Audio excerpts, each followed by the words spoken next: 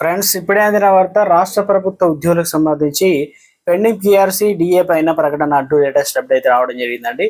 So ఆ వివరాలు ఏంటనేది కూడా వీడియోలో తెలుసుకుందాం. వీడియో చివరి వరకు చూడండి, అర్థమవుతుంది. మరోసారి ఛానల్ వస్తే తప్పకుండా సబ్స్క్రైబ్ చేసుకోండి. చూస్తున్నారు కానీ లైక్ చేయడం మర్చిపోతున్నారు, వెంటనే లైక్ చేయండి. వివరాలకి అయితే వెళ్ళిపోదామండి. సో ఇక ఇటీవల ఆర్టీసీ కార్మికులు సమ్మెకు దిగగా తెలంగాణ ప్రభుత్వం వారికి గురించి చెప్పింది. అయితే ఇక ఇతర ప్రభుత్వ రంగాల్లో ఉద్యోగులకు వంత అయితే వచ్చిందనమాట. ఏం చెప్తున్నారు ఏంటంటే, రిటైర్డ్ అయినటువంటి ఉద్యోగుల చెల్లింపు ఏదైతే 100 రోజులు, దాదాపు 3 నెలలు అనమాట.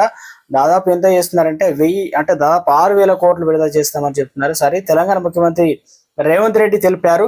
ఉద్యోగ సంఘ నాయకులతో శనివారం నాడు సీఎం రేవంత్ రెడ్డి అయితే కీలక సమావేశం నిర్వహించారు. పిఆర్సీ అనేది చాలా వరకు అయితే ఎదురు చూస్తున్నాం కాబట్టి కమిటీ రిపోర్ట్ ఆధారంగా పిఆర్సీ సందర్భంగా ఉద్యోగులు ఎదుర్కొంటున్న పలు సమస్యలపై ఆయన సానుకూలంగా స్పందిస్తూ కీలకమైన అంశాలపై స్పష్టతనిచ్చారు. ఇక ఇది ఉద్యోగుల పట్ల సానుకూలంగా వివరించే ఫ్రెండ్లీ ప్రభుత్వం అని చెప్పేసి తెలియజేశారనమాట. సీఎం వారి సమస్యలన్నింటినీ పరిష్కరించే బాధ్యత తమ ప్రభుత్వం భరోసా ఇచ్చారు.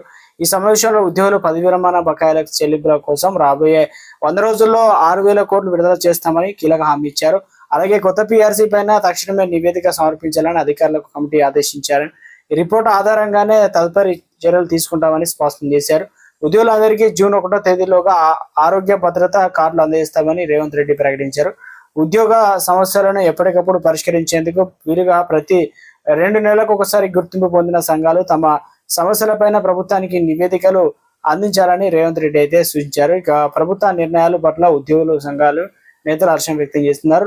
పెండింగ్ డిఏలు, పిఆర్సీ, అదేవిధంగా ఇతర ఏదైతే ఉన్నాయో అంశాలు, వాటన్నిటిపైన రేపు ఏదైతే మధ్యాహ్నం కల్లా ఏదైతే ముఖ్యంగా రాష్ట్ర కేబినెట్ భేటీలో సంచలన నిర్ణయాలు తీసుకోబోతున్నారు.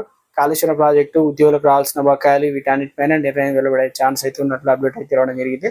సో ఎన్నో రోజుల నుంచి రావాల్సినటువంటి ఏదైతే పెండింగ్ బకాయిలు ఉన్నాయో అవి ఇవ్వకుండా అలాగే ఉండడంతో ఎట్టకేలకు ఉద్యోగులకు సంబంధించి గుడ్ న్యూస్ చెప్పే ప్రయత్నం చేయడం జరిగింది అనమాట.